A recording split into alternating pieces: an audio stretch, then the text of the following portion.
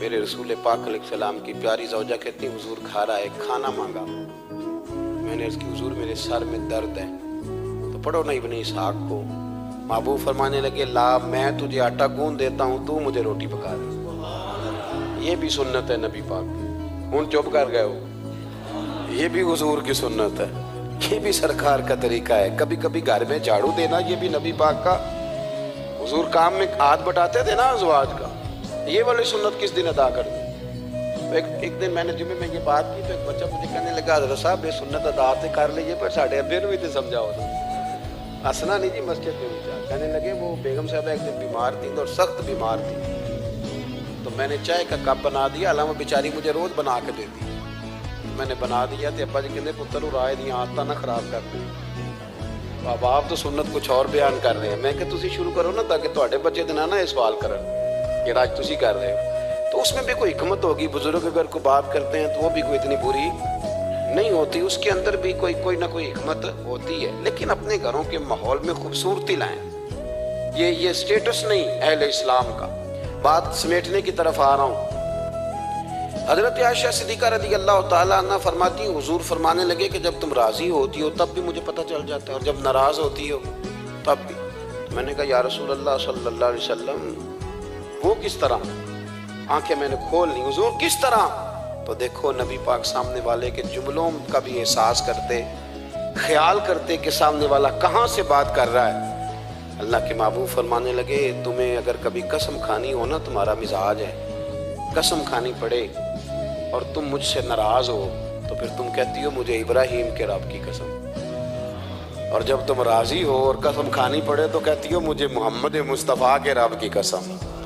تو جناب عائشہ کہتی ہیں میں زبان سے ہنس رہی تھی اور آنکھیں میری آنسو برسا رہی۔ میں نے کہا محبوبہ اتنا خیال کرتے، یہاں تک آپ کو احساس، یہاں تک پتہ ہوتا ہے، یہاں تک میرے رسول کریم علیہ السلام لوگوں کا احساس کرتے، خیال کرتے، شوق پیدا کرتے، وارفتگی ہوتی۔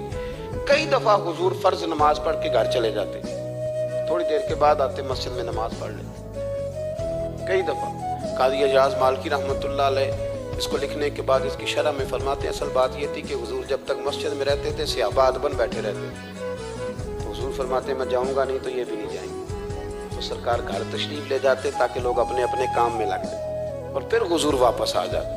ایک تو اپنی ظاہری وضاقتہ میں سادگی لائیں۔ ہماری بہت ساری مشکلات کی اصل وجہ یہ ہے کہ تکلف بڑا بڑھ گیا، بڑا تکلف بڑھ گیا۔ ہم کوشش کرتے ہیں دوسروں کے برابر جانے کی، ہمیں کیا ضرورت پڑی ہے دنیا سے مقابلہ کرنے؟ ہم نے تو اللہ رسول کی رضا کے اندر رہنا ہے، اور دنیا میں سب سے بہترین شخص وہ ہے جس کے پاس مال تو ہے پر لالچ کوئی نہیں۔ اپنے آپ کو پیچھے لائیں۔ دوسری بات یہ کہ اپنی گفتگو بڑی صاف ستھری کریں، سادی کریں، اس کے اندر کوئی تکلف نہ برپا کریں، بات سامنے والے کی عقل کے مطابق کریں۔ اور تیسری بات یہ کہ اپنی عادات میں، اٹھنے بیٹھنے میں، چلنے پھرنے میں اپنا تھوڑا سا خیال کریں۔ اور ایک بات اور آپ کو عرض کروں، یہ آپ کو زیادہ دیر محنت نہیں کرنی پڑے گی، اگر تھوڑا سا وقت آئے اپنے آپ کو دے دینا۔ اقبال کہتے ہیں اپنے من میں ڈوب کر باجا سراغ زندگی، چل تو اگر میرا نہیں بنتا نہ بن، اپنا تو بن، اپنا تو بن۔ تھوڑا ہی اپنے اوپر بھی تو محنت کر لے کہ ساری زندگی دوسروں کی اصلاح کرتے رہنا۔ دوست کوشش کریں اپنی عادات پہ کو 2 4 5 ہفتے کے لیے محنت کریں تاکہ عادتیں سنور جائیں، تاکہ طبیعتیں بدل جائیں۔ ایک حدیث پڑھتا ہوں اور اپنی بات کو سمیٹتا ہوں۔ میرے رسول کریم صلی اللہ تعالی علیہ وآلہ وسلم نے فرمایا کہ اگر اللہ اخلاق کو چہرہ دیتا نا، یہ جو عادات ہوتی ہیں، اور عادات سے مراد صرف میٹھا بولنا نہیں بلکہ لالچ نہ کرنا بھی خلق ہے، تھوڑے پہ راضی رہنا بھی خلق ہے، سچ بولنا بھی خلق ہے، غیبت سے بچنا بھی۔ اصل اخلاق یہ ہے۔ میٹھا تو کئی دفعہ لوگ اپنے مطلب کے لیے بھی بول لیتے ہیں، وقتی طور پر کام نکالنے کے لیے بھی بولتے ہیں۔ تو حضور نے فرمایا کہ اگر خلق کو اللہ تبارک و تعالی چہرہ عطا کرتا تو کائنات میں سب سے بہترین چہرہ حسن اخلاق کا ہوتا، سب سے اچھا اور خوبصورت۔ اور فرمایا اگر بدخلقی کو اللہ چہرہ دیتا تو بدصورت ترین چہرہ اس کا ہوتا۔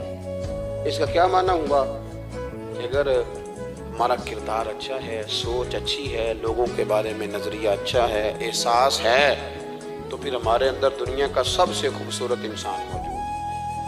لیکن اگر ہمیں اپنی ذات کے علاوہ شے نظر ہی کوئی نہیں آتی، ہم خود غرض ہیں، جھوٹ بولتے ہیں، غیبت کرتے ہیں، بدنگاہی کرتے ہیں، لوگوں کے بارے میں بدگمانی کرتے ہیں، کسی کو حقیر سمجھتے ہیں، ذات پات کے چنگل میں الجھے ہوئے ہیں، تو پھر ہمارے اندر ایک بدصورت ترین شخص بیٹھا ہے۔